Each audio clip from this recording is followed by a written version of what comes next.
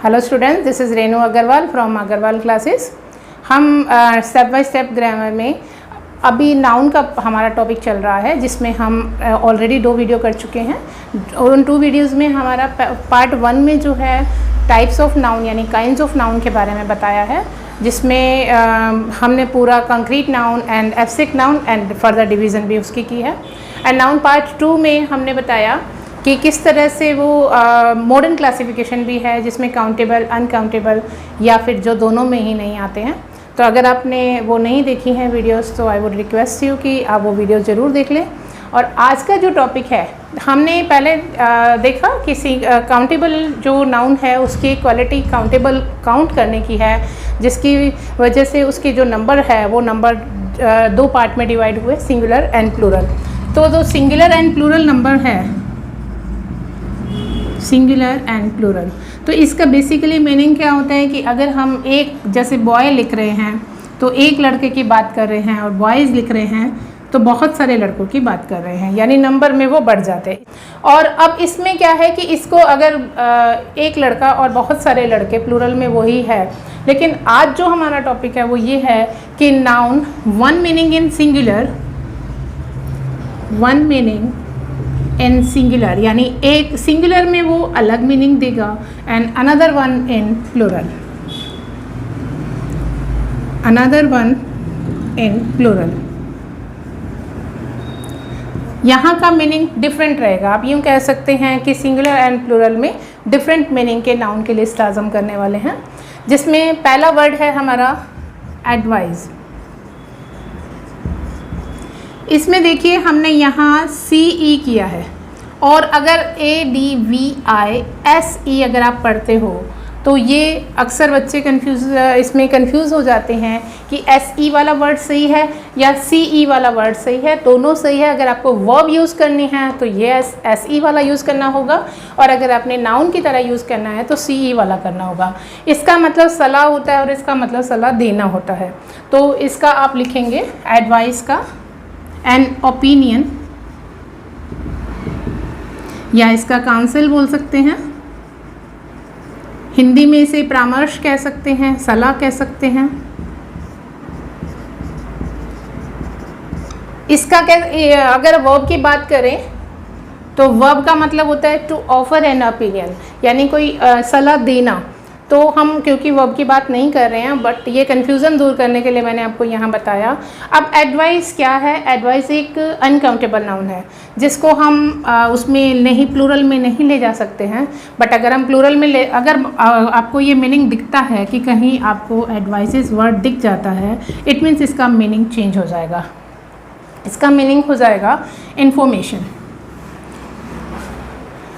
Information.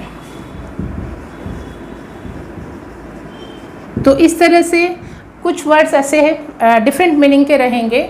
जैसे next हम ले लेते हैं, मान लीजिए एयर। एयर का मतलब हवा होता है, एटमॉस्फेयर कह लीजिए, हवा, एटमॉस्फेयर। एंड अगर मान लीजिए आपने देखा कहीं एयर्स वर्ड भी दिख रहा है, एयर्स, तो एयर्स का मतलब हवाएं नहीं हो जाएगा। एयर्स का मतलब होता है घमंड, या हम कह लें कि प्राउड बिहेवियर, या एरोगेंस कह लीजिए, प्राउड बिहेवियर या एरोगेंस, घमंड। ठीक है, इस तरह से उसका बिहेवियर चेंज होना, या जो वो नहीं है वैसा उसे प्रिटेंड करना, दिखाना, थोड़ा बिहेवियर को शो करना, उस तरह से एयर्स हो जाता है वर्ड। एंड नेक्स्ट आता है आपका अथॉरिटी।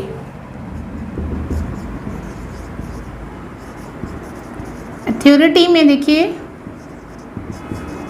इसका भी अथॉरिटीज़ हम बनाते हैं तो डिफरेंट मीनिंग हो जाएगा। अथॉरिटी का मतलब होता है पावर, यानी किसी को अथॉरिटी दे देते हैं तो यानी पावर दे दी है उसे उस काम को करने की, या उसे ये कह सकते कि चार्ज दे दिया गया है। और अगर इसको अथॉरिटीज़ कर देते हैं तो अथॉरिटी पावर जो है वो ये काउंटेबल तो है नहीं, जो आप अथॉरिटीज़ कर देंगे तो अथॉरिटीज़ का मीनिंग इसका चेंज हो जाएगा।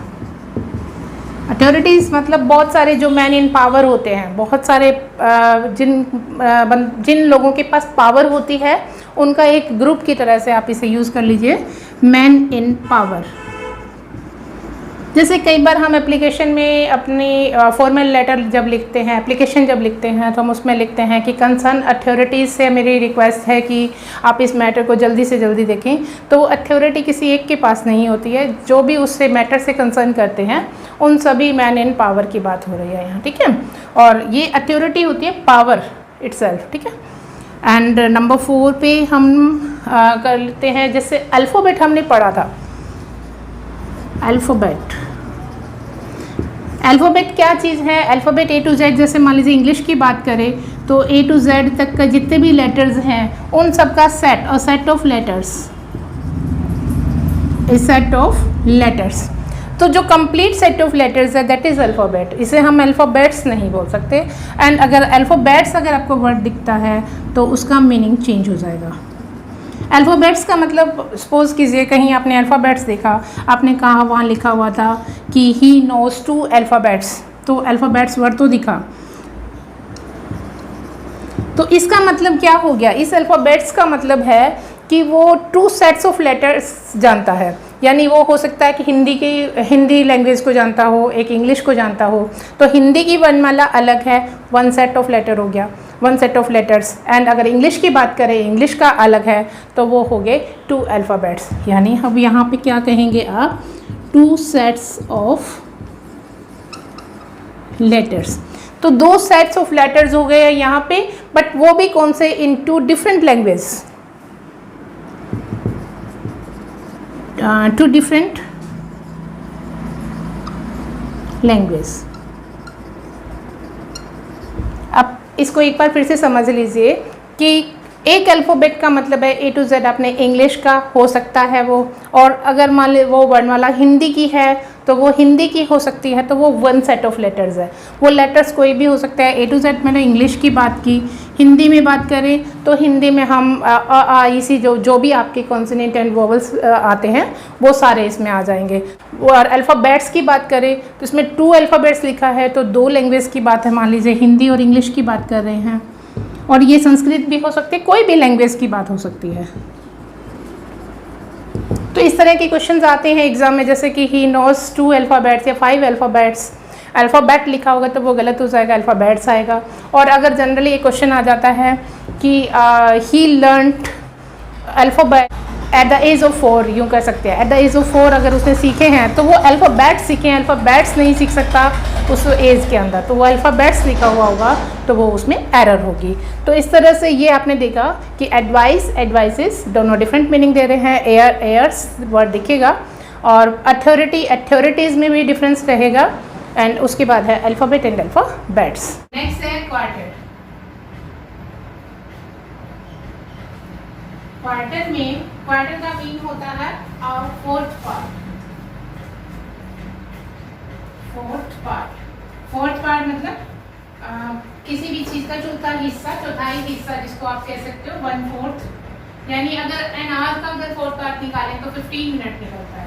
60 मिनट का आर होता है, तो अगर हम इसको डिवाइड करते हैं तो हमारे पास 15 मिनट निकलते हैं। तो ये क्वार्टर पार्ट हो गया इसका आर का, 1 आवर का 15 मिनट। तो मान लीजिए हमें किसी से पूछना होता है या टाइमिंग बतानी होती है, तो हम कहते हैं क्वार्टर टू 5। अगर 2 यूज़ करते हैं क्वार्टर टू 5, तो अभी 5 बजने में 15 मिनट बाकी है, ठीक है, पहुंचने में बाकी है 15 मिनट तक। क्या मतलब हो गया 4:45। और अगर क्वार्टर के साथ हम इसके साथ और रहता है हमेशा, क्वार्टर पास लिखते हैं यहाँ पे, क्वार्टर पास 5, तो यानी 15 मिनट जो है वो पास हो गए हैं 5 के बाद। तो ये मतलब हो गया 5:15, यानी 5:15 हो गए। तो ये क्वार्टर का मतलब हो गया 15 मिनट। आर की बात करें तो 15 मिनट, अदरवाइज किसी का भी क्वार्टर पार्ट अगर करें तो उसका चौथाई हिस्सा। लेकिन अगर क्वार्टर्स की बात करें तो क्वार्टर्स तो सेंट्रल होता है, जहाँ पे क्वार्टर मिलते हैं, गवर्नमेंट क्वार्टर्स मिलते हैं किसी को रहने के लिए, तो उसे आप क्वार्टर्स, अगर एक क्वार्टर है या फिर बहुत सारे क्वार्टर्स है तो क्वार्टर्स हो जाएगा, तो कॉटेज कह लीजिए या फिर शेल्टर कह लीजिए। Cottage, shelter.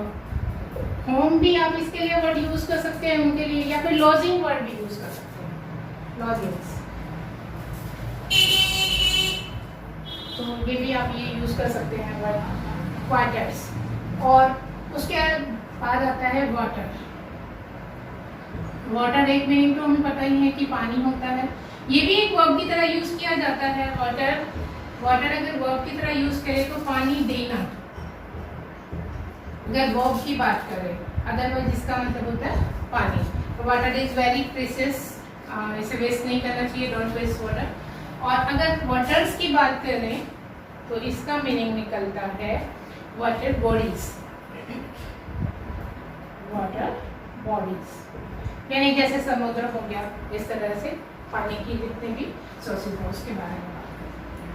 एंड नेक्स्ट हमारा आता है जैसे कहें वुड, वुड के भी 2 डिफरेंट मीनिंग, जैसे वुड्स अगर लगा देते हैं, वुड फिर आपका एक मटेरियल नाउन है और अनकाउंटेबल होता है, मटेरियल नाउन है। वुड का मतलब होता है लकड़ी, टिम्बर कह लीजिए इसे। और अगर वुड्स लिखें तो वुड्स का मतलब होता है फॉरेस्ट, या इसे जंगल कह सकते हैं। जैसे my friends were going through the forest, या फ्रॉम फॉरेस्ट की जगह वुड्स यूज कर सकते हैं वर्ड। अब नेक्स्ट आता है हमारा पेन। पेन का मतलब होता है जैसे दर्द महसूस करना ना, दर्द महसूस हो रहा है, तो वो सफरिंग वर्ड आप इसके लिए यूज कर सकते हैं, सफरिंग, पेन, ठीक है। और मान लीजिए किसी कोई भी पेन हो सकता है, फिजिकली पेन, जैसे स्टमक पेन हो रहा है, स्टमक, इसके स्टमक प्रोनाउंस करते हैं, स्टमक पेन। तो और पेन्स जो होता है ना, किसी चीज को करने के लिए बहुत ग्रेट पेन लेना पड़ता है, तो वो पेन्स होता है, यानी ग्रेट एफर्ट्स लगाना उसके अंदर, that is pains. Great efforts कह सकते हो आप, या फिर यूं कह सकते हो to make a lot of effort to do something, कोई भी चीज को करने के लिए बहुत सारा एफर्ट लगाना उसके अंदर, या यूं कह सकते हैं आपकी ग्रेट केयर करना, बहुत मतलब एक होता है ना फिजिकली और मेंटली दोनों ही तरीके से आप उसके अंदर अपना एफर्ट डाल देते हो, दैट इज पेन्स, ठीक है। नेक्स्ट है हमारा आयरन और आयरन्स। देखो, क्योंकि ये एक मेटल है, ये आयरन का है, ये मेटल है, और जब मेटल की बात हम कर रहे हैं तो इसे आयरन्स नहीं कर सकते, ये अनकाउंटेबल नाउन में जाता है, मटेरियल नाउन में जाता है ये। और अगर मान लीजिए इसका मीनिंग निकालें, अगर इलेक्ट्रिक आयरन, या फिर अगर हम कहें कि स्टीम आयरन, तो स्टीम और इलेक्ट्रिक इसका एडजेक्टिव हो जाएगा। एंड आयरन जो है वो एक प्रेस को बोलते हैं, और वैसे आयरन लोहे को बोलते हैं, एक मेटल है। और आयरन्स बिल्कुल डिफरेंट मीनिंग हो जाएगा इसका, इसे बोलेंगे फेटर्स या फिर चेन्स। फेटर्स या चेन्स क्या होती है, जैसे हथकड़ी होती है जो पाँव रातों में बांध के किसी को भागने से बचाने के लिए डाली जाती है, बेड़ियाँ कह सकते हैं आप इसे, बेड़ियाँ कह लीजिए, या फिर हथकड़ी, ठीक है। और नेक्स्ट एक हमारा आता है स्पेक्टेकल और स्पेक्टिकल्स।